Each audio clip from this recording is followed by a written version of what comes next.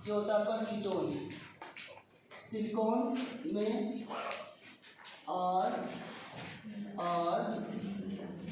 RSI। देखो यहाँ पर डबल बॉन्ड O हो सकता है, कार्बन की प्लेस में केवल सिलिकॉन तो है, ये कीटोन से, ये सिलिकॉन से, नहीं समझे बात को। बट इसमें फ़र्क क्या है, जैसे मैंने कल एक बात बताई थी कि CO2 और SiO2 तो बिल्कुल एक जैसे लिखते हैं ना, बट इनके स्ट्रक्चर में बहुत बड़ा फर्क है। ये मॉलिक्यूल लीनियर है और गैस है, और ये मॉलिक्यूल क्या है, एक जायंट स्ट्रक्चर है, इसका नाम होता है 3 डायमेंशनल सीड सिलिकेट्स। तो जब हम इसको लिखते हैं, यहाँ पर sp3 हाइब्रिडाइजेशन है, यहाँ पर sp हाइब्रिडेशन है, ठीक है। तो ये मॉलिक्यूल कीटोन से, ये लिक्विड होता है, बट ये मॉलिक्यूल जो है पॉलीमर है। इसको लिखते इस तरीके से, देखो ध्यान से, सिलिकॉन्स का जनरल फॉर्मूला कैसा होता है, यहाँ पर सिंगल बॉन्ड बनाया और इसको डैश करके छोड़ दिया। कभी आपने पॉलीथीन का फॉर्मूला लिखा हो, याद करो, CH2 डबल बॉन्ड CH2, इसका नाम 10th में ईथीन था, आज भी ये ईथीन ही है, ठीक है। इसका अगर आप पॉलीमर बनाओ तो इसका पॉलीमर जब बनाओगे, शायद बनाया हो आपने, तो कैसे बनता है, CH2 सिंगल बॉन्ड CH2। बहुत पॉलीमर का मतलब क्या होगा बच्चों, बहुत सारे इथीन मॉलिक्यूल आपस में ऐड हो गए हैं। अब ये पॉलीमराइजेशन कोई इतना आसान नहीं है, high temperature, high pressure, catalyst सब कुछ लेते हैं तब जाके पॉलीमर बनता है। तो कैसे बनता है, देखो आप क्या करो, बहुत सारे इथीन मॉलिक्यूल ऐसे लिख लो और इनके बीच में डबल बॉन्ड जो है वो तोड़ दो, ठीक है, लिख लिया मैंने। अब देखो इसका जब डबल बॉन्ड ब्रेक करोगे तो इसका एक बॉन्ड कम हो गया ना दोनों कार्बन का, ये इससे जुड़ गया, ये इससे जुड़ गया, एंड सो ऑन। क्या ये जुड़ते रहेंगे, जुड़ते ही रहेंगे ना। तो इसलिए इसको कैसे लिखा जाए, CH2 सिंगल बॉन्ड CH2 इसका होल एन। क्या मतलब, ये अभी आगे और जुड़ सकता है, इधर भी जुड़ सकता है ना। तो इसका नाम क्या है, ईथीन, इसका नाम क्या, पॉलीथीन। जब किसी का मोनोमर बनता है, किसी मोनोमर का पॉलीमर बनता है, तो जो कंपाउंड बनता है नया पॉलीमर, उसके आगे पॉली लगा देता है, ठीक है ना। तो इसे सिलिकॉन्स को हम लोग पॉलीसिलिकॉन्स बोलते हैं। तो क्या होगा, देखो ध्यान से, मैं इसको ऐसे लिख रहा हूँ SiO_R। यहाँ पे देखो, जब बच्चों मैंने यहाँ पे बॉन्ड मैंने तोड़ दिया इसका, तो क्या एक वैलेंसी सिलिकॉन की कम हो गई, एक वैलेंसी ऑक्सीजन की कम हो गई। तो मैंने इसको ऐसे छोड़ दिया और इसका होल एन कर दिया, ये आपके सिलिकॉन्स होते हैं। तो जैसे मैं आपसे पूछूं कि अब ये कैसे बनता है, वो भी हम सीखेंगे, क्योंकि डेफिनेशन अभी स्टार्ट कर रहा हूँ तो थोड़ा बहुत शुरू में दिक्कत आ सकती है। जैसे कि ईथीन को हम लोग क्या बोलते हैं यहाँ पे, मोनोमर, और इसका नाम क्या है, पॉलीमर, राइट। मोनोमर पॉलीमर कैसे बना, by polymerization of large number of ethene molecule. तो सिलिकॉन्स जो होते हैं वो पॉलीमर, सिलिकॉन्स क्या है, पॉलीमर है, जो कि इस मॉलिक्यूल के पॉलीमराइजेशन से बनते हैं। कोई दिक्कत नहीं, क्लियर सबको। तो अब इसकी डेफिनेशन देखो क्या लिखी बुक में, दे आर, सिलिकॉन्स के बारे में क्या लिखा हुआ है। अच्छा, नेम सिलिकॉन्स क्यों है, because they have analogy in structure with ketones, that's why they are called silicons, like single bond O bond, यहाँ पे SI double bond O bonds, ठीक है ना। so silicons name क्या हो, क्लियर है ना। क्या बुक में डेफिनेशन लिखी हुई है, they are organo means organic, और ऑर्गेनिक पार्ट क्या है यहाँ पर, R मतलब एल्काइल होता है ना। दिस R can be तो बहुत सारे एल्काइल हो सकते हैं, इथाइल, मिथाइल, प्रोपाइल, ब्यूटाइल, और या फिर कोई अराइल समझते हो क्या आप लोग, बेंजीन का नाम सुना है, बेंजीन। तो अगर बेंजीन जो है ये है, अगर इसे एक H कम कर दो, बेंजीन से एक H कम करोगे तो एक वैलेंसी कम हो जाएगी, तो हमने डैश छोड़ दिया। याद करो, जब हम CH4 लिखते हैं और जब CH3 लिखते हैं, तो CH3 में एक डैश छोड़ना पड़ता है, क्यों, ये दिखाने के लिए भाई यहाँ पर कुछ अभी ऐड हो सकता है, कोई भी ग्रुप हो सकता है, इट में भी OH, इट में भी Cl, इट में भी Br, राइट। तो इसका नाम क्या होता है, अराइल, या इसी को बोलते हैं फिनाइल। क्या बोलते हैं इसको, फिनाइल। तो ये आपको थोड़ा समझ में आ जाएगा जब याद करो, जब ऑर्गेनिक में थोड़ी बहुत IPC जब आपने की है, तो मीथेन होता है, लेकिन जब वो प्रीफिक्स में होता है तो मिथाइल होता है। इसे बेंजीन नाम होता है, लेकिन बेंजीन कभी प्रीफिक्स में होगा तो फिनाइल होगा, बेंजाइन नहीं होगा, क्या नाम होगा, फिनाइल। क्लोरो होता है ना, स्पायरो भी होते हैं। भाई स्पायरो बाईसाइक्लो सभी होते हैं, मगर तूने इतना क्यों पढ़ लिया है? स्टार्टिंग में ही कहते हैं कब? अपने में स्पायरो पढ़ा तूने? पूरी ऑर्गेनिक करने का। क्या बात कर रहे हो? स्पायरो किस तरह होता है, देख बता रहा हूँ। क्योंकि स्पायरो जो होता है ना, वो तो हमारे इवन जे एडवांस कोर्स में भी नहीं है, लेकिन कभी कभी स्ट्रक्चर वगैरह स्ट्रक्चर एनालिसिस में आता है, आई कुछ नहीं। लेकिन क्या होता है स्पायरो बता?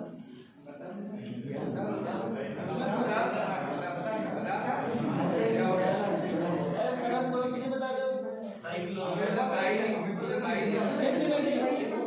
एक सेकेंड आंसर आया भाई, तुमको पता क्या है? क्या बता दो?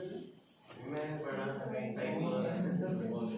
उसमें वो दो जुड़े रहते हैं ट्रायंगल शेप में। दो जुड़े रहते हैं, हाँ सही बोल रहा है कुछ। अगर दो साइक्लिक रिंग एक ही कार्बन से जुड़े हों तो उसे बोलते हैं स्पायरो, और एक कार्बन से ना जुड़े हों, खाली दो कार्बन जुड़े हों तो बाईसाइक्लो बोलते हैं। अब इसके बाद तो सिंपल है 3 साइक्लो, मगर इतनी नॉलेज मेरे अंदर तो नहीं है मतलब, क्योंकि जो कहीं कुछ आता नहीं है तो मैं उसको जानता नहीं, तो इसलिए थोड़ा बहुत ध्यान रहता है मुझे, लेकिन इतना नहीं आता जितना आप लोगों ने पढ़ रखा है अप्रैल में, मार्च में, मई में, और अब जुलाई में कुछ पढ़ रखा है। देखो तो ये फिनाइल है, ये मिथाइल है ना, तो ये प्रीफिक्स नेम है भाई, ज़्यादा नहीं बोलता हूँ, नहीं तुम लोग पता नहीं क्या पूछने लग जाओ, ठीक है। सो ये हमारा अच्छा डेफिनेशन बता रहा था मैं। डेफिनेशन देखो क्या होते हैं, they are organo silicon polymers which have R2SiO as a basic unit. क्या डेफिनेशन क्लियर है? बेसिक यूनिट क्या होता है? मैं पूछूं कि पॉलीथीन की बेसिक यूनिट क्या होगी, ये फिर से लिथीन, तो इसकी बेसिक यूनिट क्या है? ये स्ट्रक्चर, ये मॉलिक्यूल है ना, कोई दिक्कत नहीं। तो एक बार लिख लेते हैं इसको, फिर आगे समझाता हूँ कैसे सब कुछ आता है।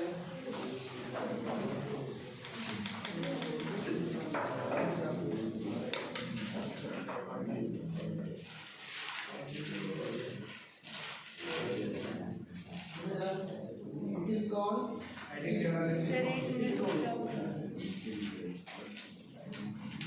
बिल्कुल बाद में, अच्छा हो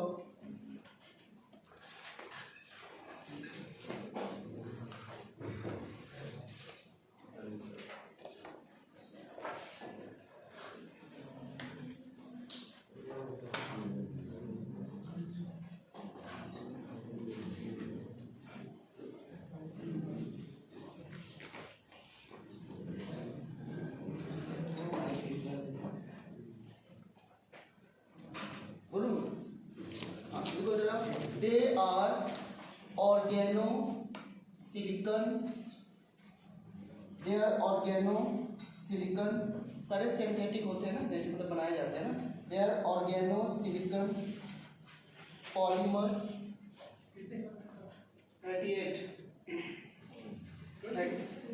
38 सर 38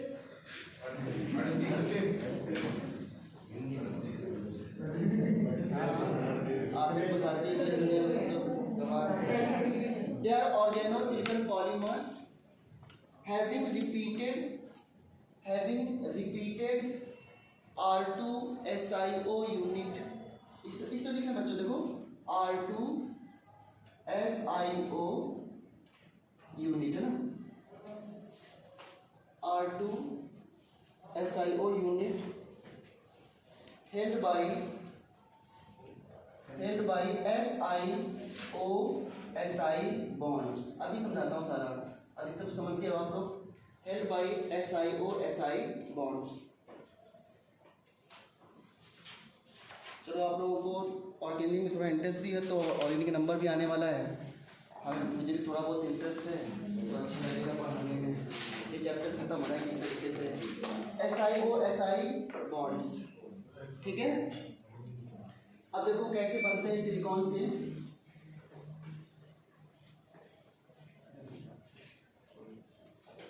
यहाँ पर बच्चों लिख लेना R इक्वल टू, जहाँ पर R क्या हो सकता है, R में भी एल्काइल, एराइल, फिनाइल, एक ही बात से एक्सेट्रा, ये R हो सकते हैं।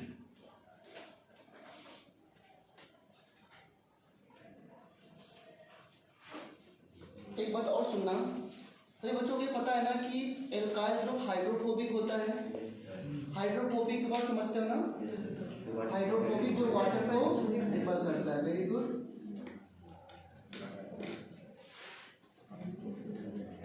ठीक है, बात नहीं।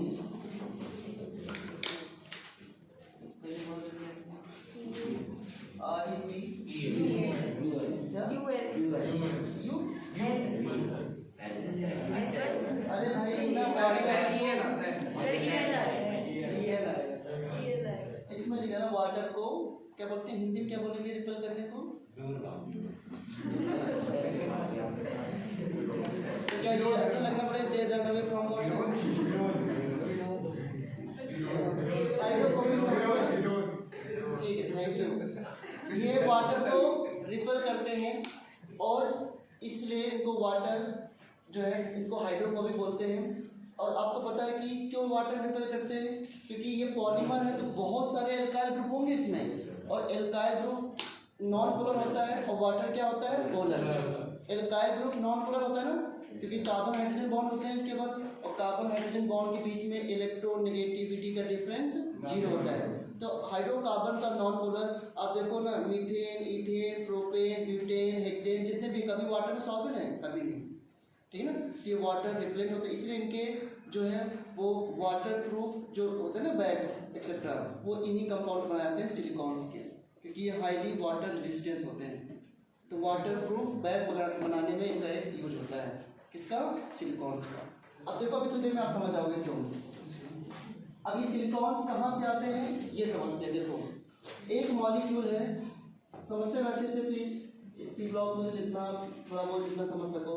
इसका नाम क्या है? Silicon tetrachloride. इसे आपने ये कंपाउंड पढ़ा था, कार्बन टेट्राक्लोराइड।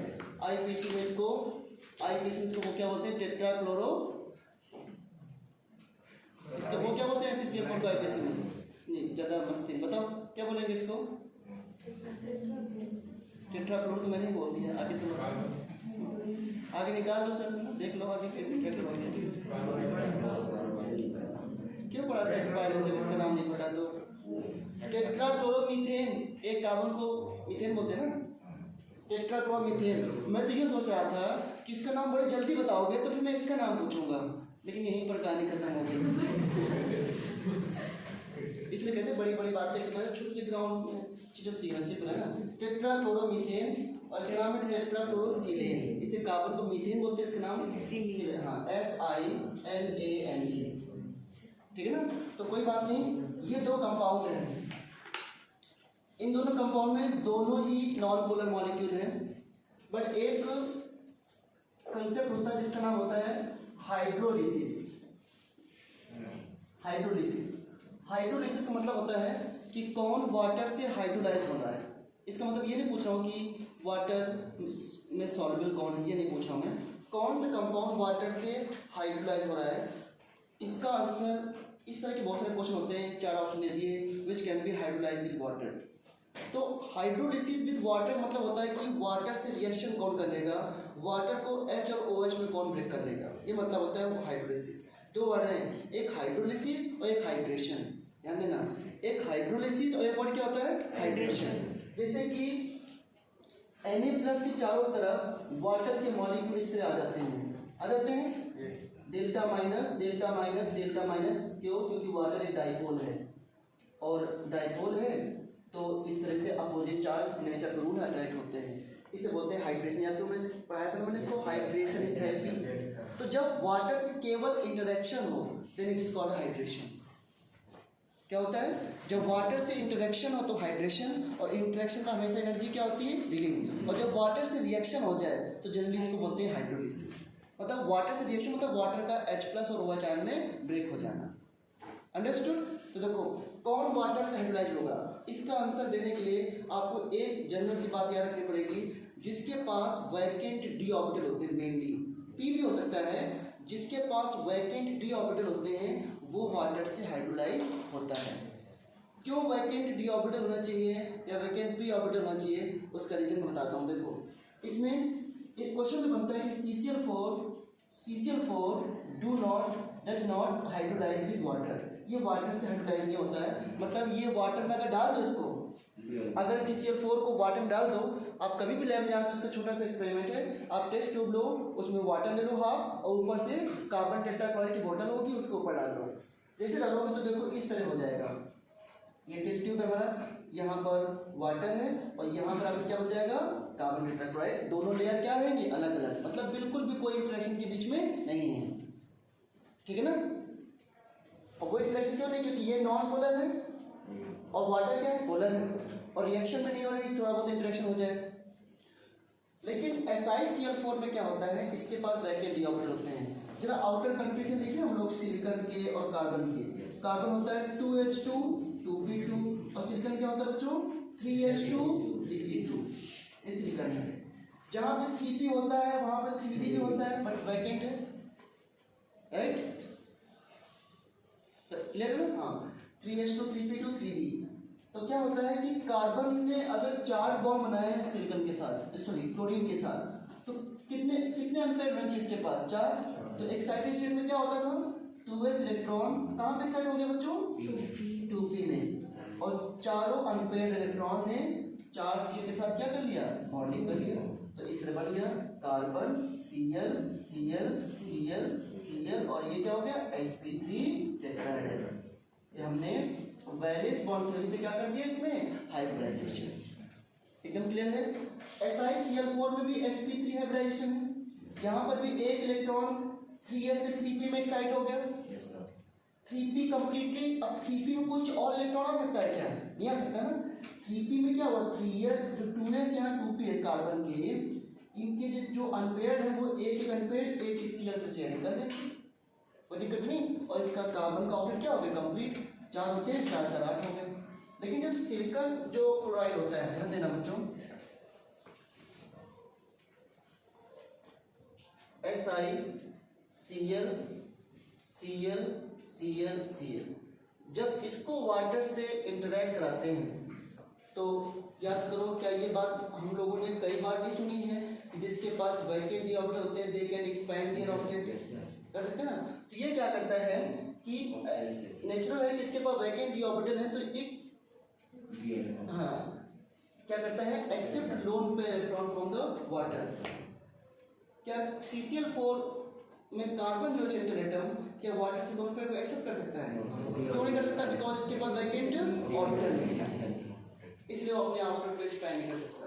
तो सिलिकॉन भी नॉन पोलर है, वाटर के साथ सॉल्वेबल नहीं हो रहा है, बट ये इंटरेक्शन शो कर सकता है, और इस इंटरेक्शन के होने की वजह से थोड़ा बहुत ये आपस में मिक्स हो जाते हैं। तो देखो क्या हुआ, जैसे इस लोन पर एक्सेप्ट किया तो सिलिकॉन ये हो गया SiCl Cl Cl Cl, और यहाँ पर OH। बच्चों याद करो, कोऑर्डिनेट बॉन्ड को हम एक सिंगल बॉन्ड में कन्वर्ट करते थे ना, और हेड की तरफ क्या बनाता था हमें, नेगेटिव, और टेल की तरफ पॉजिटिव। इस तरह इंटरेक्शन हो गया। क्या आपके सिलिकॉन के 5 बॉन्ड नहीं हो गए, और इसका हाइड्रोजन क्या चेंज हो गया, sp3d, बट ये कुछ पल के लिए हुआ, ये sp3d हो गया, क्योंकि कार्बन स्टेबल हमेशा 4 बॉन्ड से होगा, सिलिकॉन हमेशा स्टेबल 4 बॉन्ड से होगा, मतलब इनको बोलते हैं टेट्रावैलेंट। तो ऐसा हो गया। इसके बाद क्या होगा, अब ये oxygen being more electronegative element can not carry positive charge. देखो पूरी पीरियोडिक टेबल में आप देखोगे, पूरी इससे ऑर्डिनरी केमिस्ट्री जब आगे बढ़ोगे तो एक स्टेप आप कम से कम नहीं तो 1000 टाइम देखोगे कि ये जो मोर इलेक्ट्रोनेगेटिव एलिमेंट है, ऑक्सीजन फ्लोरीन नाइट्रोजन, जब भी कभी इन पे पॉजिटिव चार्ज आता है तो कुछ नई चीज होती लगती है। क्यों, बिकॉज ये पॉजिटिव चार्ज साथ अनस्टेबल है। जैसे सीजियम है, सोडियम है, इन पे कभी नेगेटिव चार्ज देखा आप लोगों ने, देख रहे हो क्या, अभी देखो लगा तो नेगेटिव चार्ज, लेकिन रियलिटी में ऐसा नहीं हो सकता, because they are electropositive, they have tendency to donate electrons. तो इस पे अगर नेगेटिव चार्ज होगा तो क्या बोलोगे, दे बिकम हाई अनस्टेबल, ठीक है, सबसे अनस्टेबल हो जाएंगे। सीजियम प्लस हाईएस्ट स्टेबल होगा और सीजियम माइनस अनस्टेबल होगा। जो फ्लोरीन पे प्लस आ जाए तो ये सबसे ज्यादा अनस्टेबल हो गया, ठीक है। तो इसलिए इसी वजह से इलेक्ट्रोनेगेटिविटी का रोल भी हमेशा इंपॉर्टेंट रहता है। देखो क्या हुआ, यहाँ पे पॉजिटिव चार्ज है, तो ये पॉजिटिव चार्ज को न्यूट्रलाइज करने के लिए क्या किया, ये बॉन्ड टूट गया। देखो ये बॉन्ड ऐसे तोड़ रहा हूँ मैं। अब इसको एक तरीका और भी समझाने का कि एक लाइन बोल दूँ कि यहाँ से HCl निकल गया, OH जुड़ गया, लेकिन कैसे हो रहा है थोड़ा समझ, डायरेक्ट बता दूंगा मैं आपको। देखो ये बॉन्ड से टूट गया, जब कोई बॉन्ड टूटता है, अभी उस दिन मैंने बताया था इसे HBr है। बताओ मुझे, कोई बताएगा बच्चा कि इस बॉन्ड में कितने इलेक्ट्रॉन हैं? 2, एक हाइड्रोजन का और एक ब्रोमीन का। जब ये बॉन्ड टूटता है इसका मतलब ये होता है कि ये दोनों इलेक्ट्रॉन Br के पास चले गए। अब तुम कह सकते हो Br के पास दोनों क्यों गए? इसकी इलेक्ट्रॉनिक से ज्यादा है तो बॉन्ड देखो, बॉन्ड 2 तरीके से टूटता है, आगे सीखोगे भी ऑर्गेनिक। जब बॉन्ड अच्छा, बॉन्ड जब टूटता तो होता क्या है? इलेक्ट्रॉन का रीडिस्ट्रीब्यूशन। मतलब जो शेयर था, भाई किसी के बीच में शेयरिंग हुई है, उनके बीच में पार्टनरशिप ब्रेक हो गई, तो क्या करेंगे? अपना अपना ले लेंगे। अब उसमें मान शेयरिंग ऐसी कि एक बहुत गरीब था, एक करोड़पति था, तो जब ब्रेकिंग हुई तो उसने सारों से ले ली, भाई तू किसी काम में नहीं चला जा, तो कुछ नहीं कर सकता, इतना मजबूत नहीं है FIR करे इस तरह। तो वैसे यहाँ पर भी हाइड्रोजन कुछ नहीं कर सकता, ठीक है। तो यहाँ पर इस तरह बॉन्ड 2 तरह के बॉन्ड होते हैं। होमोलिटिक फिजन, जहाँ पर होमो मीन्स सेम और फिजन मतलब टूटना। होमो मीन्स सेम और फिजन मतलब टूटना। जैसे आपने सुना न्यूक्लियर फिजन, नहीं सुना? तो जब बॉन्ड ऐसे टूटे कि इलेक्ट्रॉन बराबर डिस्ट्रीब्यूट हो जाए तो उसे बोलते हैं होमोलिटिक फिजन। और बॉन्ड ऐसे टूटे जब एक ही ज्यादा लेके चला जाए सारे, तो उसे क्या बोलते हैं? Hetero mean different, heterolytic fission. बिल्कुल सिंपल से वर्ड है, कोई दिक्कत नहीं है किसी को। हाँ, और केमिस्ट्री में स्थिति क्या होते हैं? तो बॉन्ड बनते हैं या फिर बॉन्ड टूटते हैं, ये 2 चीजें आपस में टेस्ट करेंगे, ठीक है। और रियल लाइफ में भी ऐसे होता है, नए बनते पुराने टूटते हैं, तब पुराना भी बन जाता है, फिर नया बनता है। तो बताओ जरा, जब ये टूट गया बताओ ब्रोमीन को फाइनली कितने इलेक्ट्रॉन का गेज हुआ? अरे एक तो उसका खुद का ही था महाराज, तो क्या बनेगा? अच्छा, एक का गेज होना, तभी तो हम यहाँ पे एक क्या लगा देते हैं प्लस, और यहाँ पे एक क्या लगा देते हैं माइनस। एक माइनस लगाने का रीजन क्या है? एक इलेक्ट्रॉन के पास एक्स्ट्रा आ गया जो कि इसके छीन लिया इसने। ये कौन सा फिजन हुआ है? हेटेरो या होमो? हेटेरोटिक फिजन। Very good. लेकिन ध्यान रखना ये सब छोटी छोटी बातें, लेकिन हमेशा फेस करनी पड़ेंगी आपको। जब किसी पे नेगेटिव चार्ज होता है तो उसके ऊपर हमेशा एक पेयर दिखाया जाता है। क्यों? एक उसका खुद का और एक दूसरे का है। तो ये पेयर दिखा रहा हूँ, लेकिन एक इसमें एक इसका खुद का है और एक उससे आया है। यहाँ पे देखो, जब मैं इस बॉन्ड को तोड़ रहा हूँ तो इस O पे क्या है? Negative charge. पहले से क्या था यहाँ पे? पॉजिटिव नेगेटिव ओवर हो गया, और H पे क्या हो जाएगा? पॉजिटिव। तो क्या हुआ देखो, Si Cl Cl Cl Cl, और यहाँ पे क्या बचा? OH बचा। यहाँ पे नेगेटिव था और H प्लस हट गया इससे। अब H प्लस से क्या होगा? इसके पे नेगेटिव चार्ज है, इस बॉन्ड को ऐसे तोड़ दिया, तो इस पे फिर से क्या है? सिलिकॉन पे पॉजिटिव, और यहाँ पे क्या था? नेगेटिव, तो पॉजिटिव नेगेटिव खत्म हो गया, और यहाँ पे Cl माइनस ने इस पर से मिलकर क्या बना लिया? HCl। तो फाइनली क्या मिला product? OH H O sorry I am so sorry, ठीक है, Cl समझा। अब देखो इतनी फालतू की चीजें मैंने की है, हो सकता है आपको लग रहा होगा फालतू, तो आप ऐसे भी कर सकते हो कि देखो ये रिएक्शन कराई हमने और ऐसे कराई रिएक्शन, ये निकल गया HCl और जोड़ दो यहाँ पे OH, है ना, तो एक लाइन में हो गया। तो ऐसे ही होता है जल्दी। अब उसमें तो क्या 3 4 5 मिनट इन्वेस्ट करते हैं, लेकिन एक बार थोड़ा ऐसे करते रहेंगे तो फिर आगे समझ पाएंगे कैसे रिएक्शन होती हैं। सब कुछ ऑर्गेनिक में सब कुछ ऐसे ही होता है जैसे मैंने बताया आपको। ये आ गया। अब इसे क्या बोलेंगे? हाइड्रोलिसिस हो गई। देखो फाइनली क्या हुआ बताओ? वाटर किसमें टूट हो गया? H और OH में। H प्लस ने HCl बना लिया और OH सिलिकॉन से जुड़ गया। क्या ये इसमें हम रिपीट कर सकते हैं बार बार? कब तक रिपीट कर सकते हैं? जब तक सारे Cl रिप्लेस ना हो जाए। देखो फिर से 3 वाटर से मैंने कर दिया hydrolysis. Finally you will get SiOH OH OH OH। कोई दिक्कत नहीं, ये हाइड्रोलिसिस हो गई। ये SI, लेकिन कार्बन का कंपाउंड कभी भी आप ऐसे नहीं देखोगे OH OH। ये कंपाउंड अगर कभी भी लिखा हो तो समझो ये गलत है, बिकॉज CCl4 की हाइड्रोलिसिस नहीं हो सकती। This is called a hydrolysis of SiCl4। तो थ्योरी में क्वेश्चन भी आ सकता है कि CCl4 हाइड्रोलाइज नहीं होता है, SiCl4 होता है, एक्सप्लेन। तो बस एक लाइन लिखना है, बिकॉज SiCl4 पर वैकेंट डी ऑर्बिटल है तो इट कैन हाइड्रोलाइज, और बस ये रिएक्शन दिखा दो आप। तो वो क्लियर है? अब SiCl4 मैंने बता दिया, इससे थोड़ा सा रिलेवेंस था, इस वजह से मैंने बता दिया। अब सिलिकॉन्स कैसे आएंगे? क्या मैं ये सब इरेज कर सकता हूँ? कैसे? क्या नोट करोगे? नोट कर दीजिए। क्या समझ नहीं आया? मैं ये बता रहा हूँ कि सिलिकॉन्स कैसे बनेंगे। तो आपको 1 मिनट या थोड़ी देर रुक जाओ, पहले समझ जाओगे तभी आपको भी पता चल जाएगा कैसे नोट करना। देखो यहीं पर अगर मैं आपसे कहूँ कि SI, इसको नोट लिखना अभी, SI Cl CH3 और CH3, इसकी करो हाइड्रोलिसिस। अब देखो ध्यान से, मैंने SiCl4 में दो Cl को किससे रिप्लेस कर दिया, CH3 से। अब मैंने बोला इसकी करो हाइड्रोलिसिस। इसमें जब हाइड्रोलिसिस होगी ना तो केवल 2 बॉन्ड की होगी, क्योंकि कार्बन सिलिकॉन कार्बन बॉन्ड को ब्रेक नहीं किया सकता, ठीक है ना। ये पार्ट वाटर को पास नहीं आने देगा, क्यों, हाइड्रोफोबिक है। तो क्या इसकी जब हाइड्रोलिसिस करोगे तो हमें केवल 2 वाटर मॉलिक्यूल की रिक्वायरमेंट होगी, और क्या मिलेगा, SiCH3CH3OH। अब मैं डायरेक्टली इसकी हाइड्रोलिसिस नहीं कर सकता ना, पहले मुझे समझाना पड़ता है कि भाई SiCl4 से क्या बनेगा, और जब मैं Cl को रिप्लेस करूँ कार्बन से तो क्या होगा, इसलिए मैंने पहले उसको समझा दिया, ठीक है। तो अब इसमें क्या है, तो सब 11th का कोर्स तो कहीं आगे फ्यूचर में आना नहीं है, हाँ कंपटीशन में आना है, तो इसमें जितना समझने वाला पोर्शन है उसको आप अच्छे से नोट कर लो। आप पहले नीचे लिखो जरा नीचे कि hydrolysis of SiCl4, hydrolysis of SiCl4, फिर आप वापस से सिलिकॉन में आ जाएंगे ना, हाइड्रोलिसिस ऑफ SiCl4, और ये लिख लो। फिर अपने आप से नीचे नोट कर लेना कि CCl4 जो है does not hydrolyse due to absence of vacant d orbital. हाँ, इस बात को बाद में लिख लेना।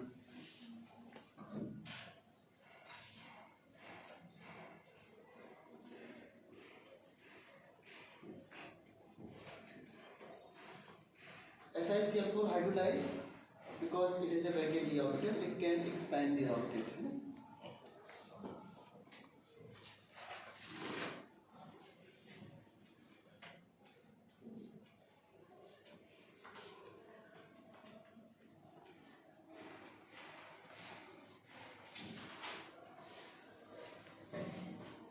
आयुष मास्क करो बेटा, मैं दूर वहाँ लोगों से नहीं लगा, आवाज़ नहीं जाएगी वहाँ तक।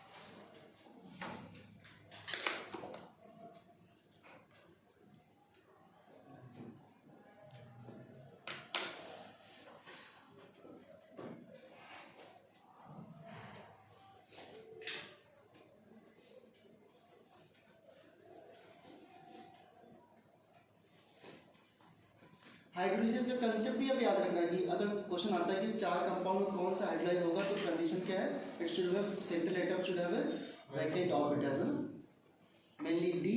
अगर किसी के पास पी भी वैकेंट होता तब भी हाइड्रोलाइज हो जाता है।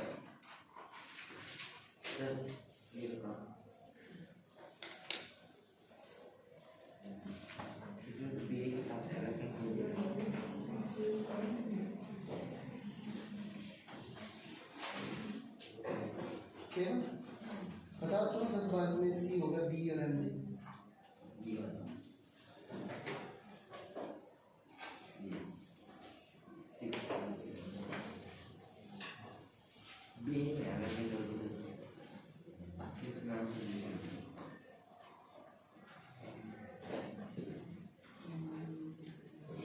हाइड्रेशन एनर्जी ऑर्डर पूछा है, टर्म लिख देते हैं।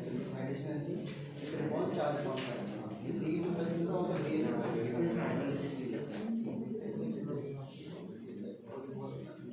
मतलब ये डिफरेंस होता है, मैं कभी पूछ लिया है तो, लेकिन ये दोनों लिख देते हैं लोग ना। ये समझ आ गया सबको? नहीं चलेगा। CCl4 हाइड्रोलाइज क्यों नहीं हुआ? It cannot expand its object.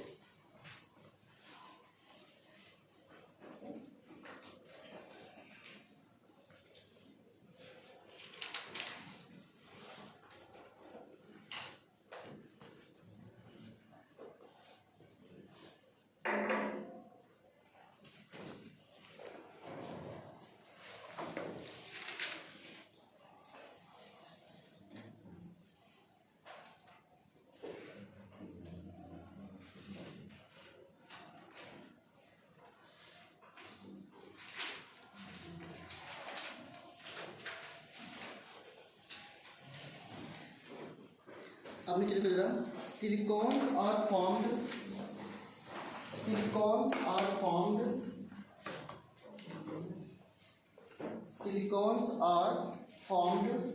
by the hydrolysis of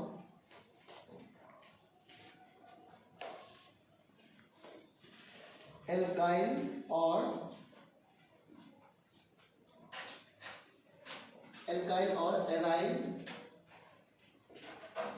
aryl substituted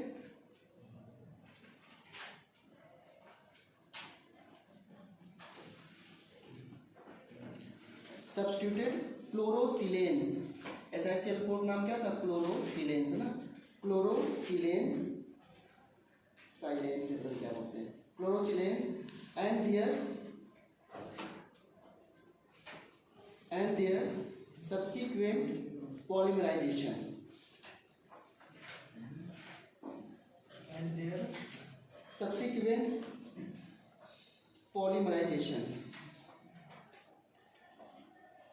क्या मतलब इसका कि पहली बात तो हाइड्रोलिसिस किसकी करनी है? Alkyl derivative of SiCl4, SiCl4 का एल्काइल डेरिवेटिव मतलब Cl को हटा के क्या लगाना है? CH3।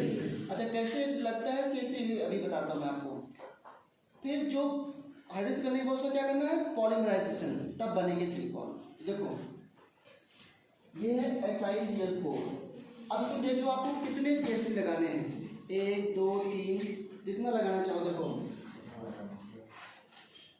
एक देखो कितने तरीके हैं इसको बनाने के। नंबर 1 मैं तो बता रहा हूँ आपको, SiCl4 मिक्सिंग करा दो CH3 MgCl के साथ, ध्यान देना बात में। इसका नाम है, देखो नाम क्या है इसका, अगर यहाँ पे MgCl2 होता तो मैग्नीशियम क्लोराइड बोलते हैं। MgCl2 क्या बोलते हो? Magnesium chloride. MgCl2 का नाम बच्चों होता है मैग्नीशियम क्लोराइड। इसका नाम क्या हो जाएगा? Methyl magnesium chloride. क्या? हाँ क्या नाम इसका? Methyl magnesium chloride. कोई डाउट है किसी को? एक जो छोटी छोटी बातें बहुत सारी आएंगी। जब कभी भी किसी भी कंपाउंड में कार्बन मेटल से जुड़ा हो, किसी भी कंपाउंड में कार्बन किससे जुड़ा हो? मेटल्स में, उस कंपाउंड का नाम होता है ऑर्गेनोमेटेलिक कंपाउंड। नेम देखो कितना है, ऑर्गेनो मीन्स ऑर्गेनिक, और ऑर्गेनिक किससे नोन है? कार्बन से। तो organo means carbon attach to metal, it's called organometallic compound. इसमें भी क्वेश्चन आ चुका है। ये सब बातें बात की है, लेकिन कंसेप्ट सब ऐसे धीरे धीरे बिल्ड होते हैं। मैं केवल इसलिए नहीं बता रहा हूँ कि ये आप एग्जाम में आने वाला, एग्जाम में तो पता नहीं कब आए, लेकिन ऑर्गेनोमेटेलिक कंपाउंड क्या होते हैं? जिसमें carbon directly link to metal, तो इसका नाम क्या हो जाएगा? Organometallic compound. ऑर्गेनोमेटेलिक कंपाउंड, ठीक है। जब भी किसी भी कंपाउंड में कार्बन से डायरेक्टली मेटल जुड़ा हो उसका नाम ऑर्गेनोमेटेलिक कंपाउंड है। और ये पूरी ब्रांच बहुत ज़्यादा इसकी स्टडी है, ठीक है। देखो, और जब भी कभी कार्बन मेटल जुड़ा होगा तो कार्बन पे हमेशा नेगेटिव चार्ज होगा। क्यों? क्योंकि मेटल पे नेगेटिव हो नहीं सकता, मेटल नेगेटिव हो नहीं सकता। तो पूरा ओवरऑल चार्ज जीरो होने के लिए मैग्नीशियम में तो +2 होगा ना भाई, +2 -1, तो इस पे क्या होना चाहिए? माइनस। यहाँ पे माइनस चार्ज ही होता है हमेशा, ठीक है ना। ओके, तो ये है ऑर्गेनोमेटेलिक कंपाउंड। अब देखो अगर मैं इसका 1 इक्विवेलेंट लूँ, 1 मोल लूँ, तो क्या होगा बच्चों? बताओ क्या बनना चाहिए प्रोडक्ट? MgCl2 निकल जाएगा और एक Cl की जगह पे एक CH3 आ जाएगा। डिफिकल्ट, कोई दिक्कत नहीं, तो बन जाएगा CH3SiCl3 प्लस MgCl2। नहीं समझे? और अगर मैं यहाँ पर ले लूँ 2 मॉलिक्यूल ऑफ CH3MgCl, तब क्या होगा बच्चों?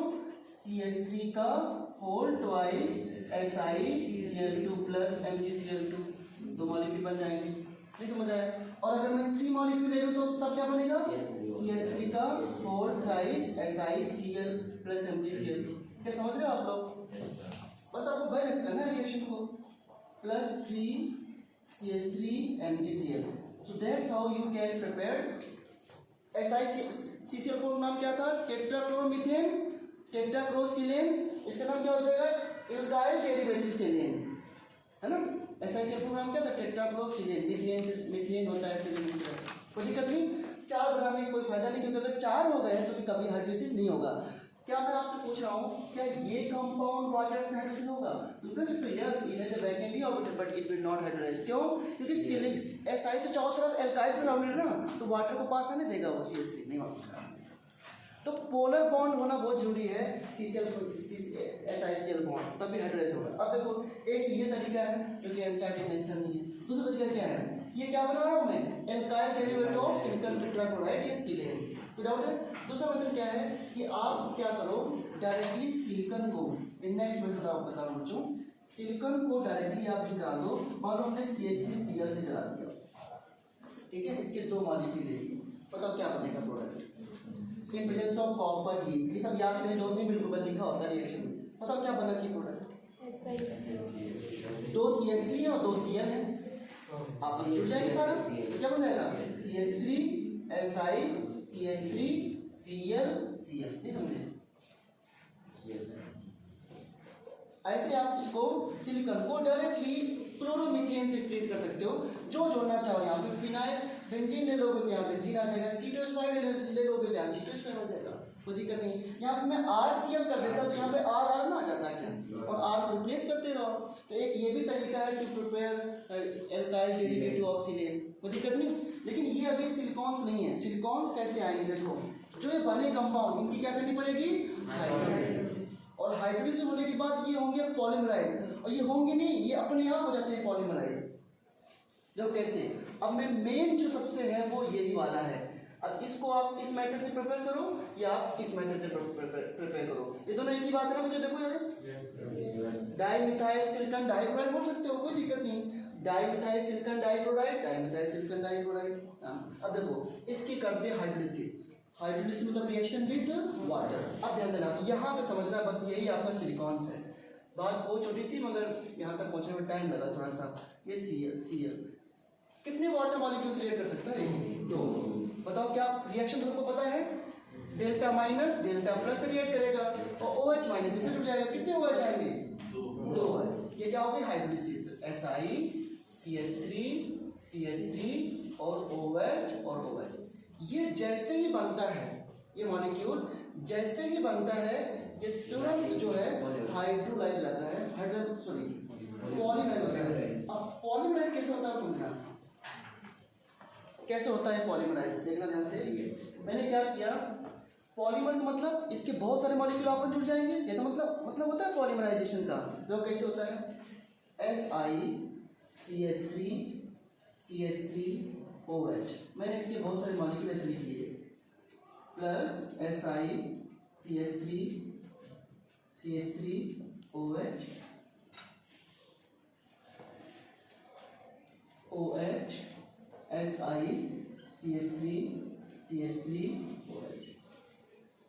इस तरह से मैं n मॉलिक्यूल ले सकता हूँ बच्चों, ठीक है। क्या होता है, देखो OH और यहाँ से H, क्या निकल गया, ये वाटर।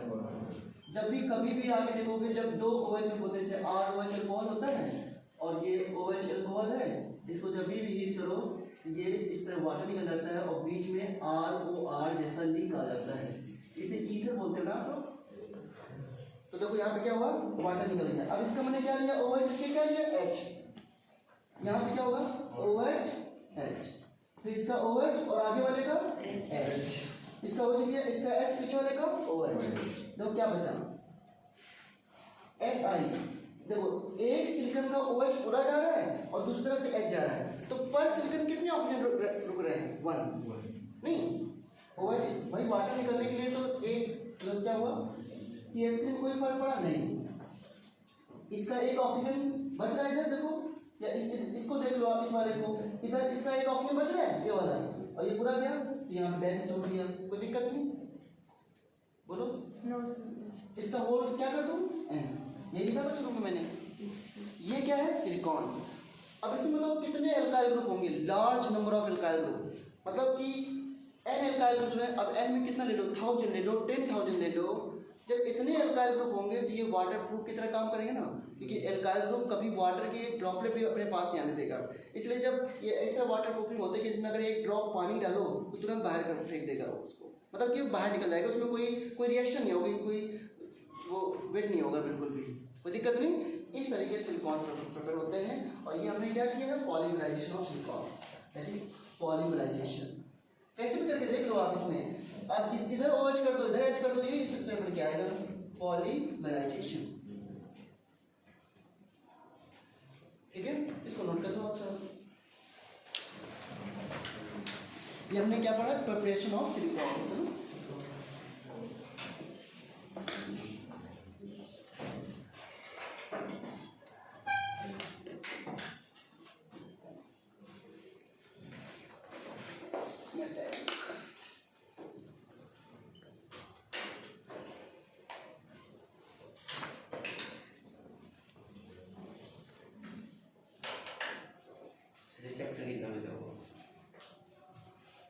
क्वेश्चन करते रहो, जो मैंने इसलिए बता दिया, 3-5 दिन तो बढ़िया पर बताता रहूँगा, कुछ चैप्टर में डबल सब कुछ कराई दिए हैं। जो भी होगा, हाइड्रोजन नहीं आ रहा,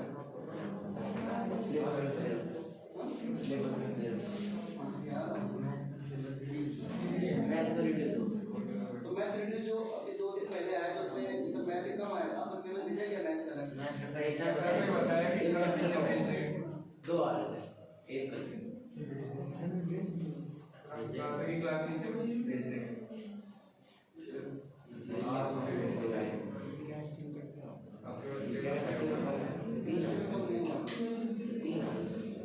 तीन चैप्टर है और बहुत ज़्यादा है, 3 ब्लॉक बहुत बड़ा है, इतनी सारी रिएक्शन याद करना असंभव है। बट इस बार नंबर लाने इस तरह के फालतू के लिए नहीं ले सकते हैं। इस बार नंबर नहीं आया तो हम कभी माफ नहीं कर पाएंगे अपने आप को।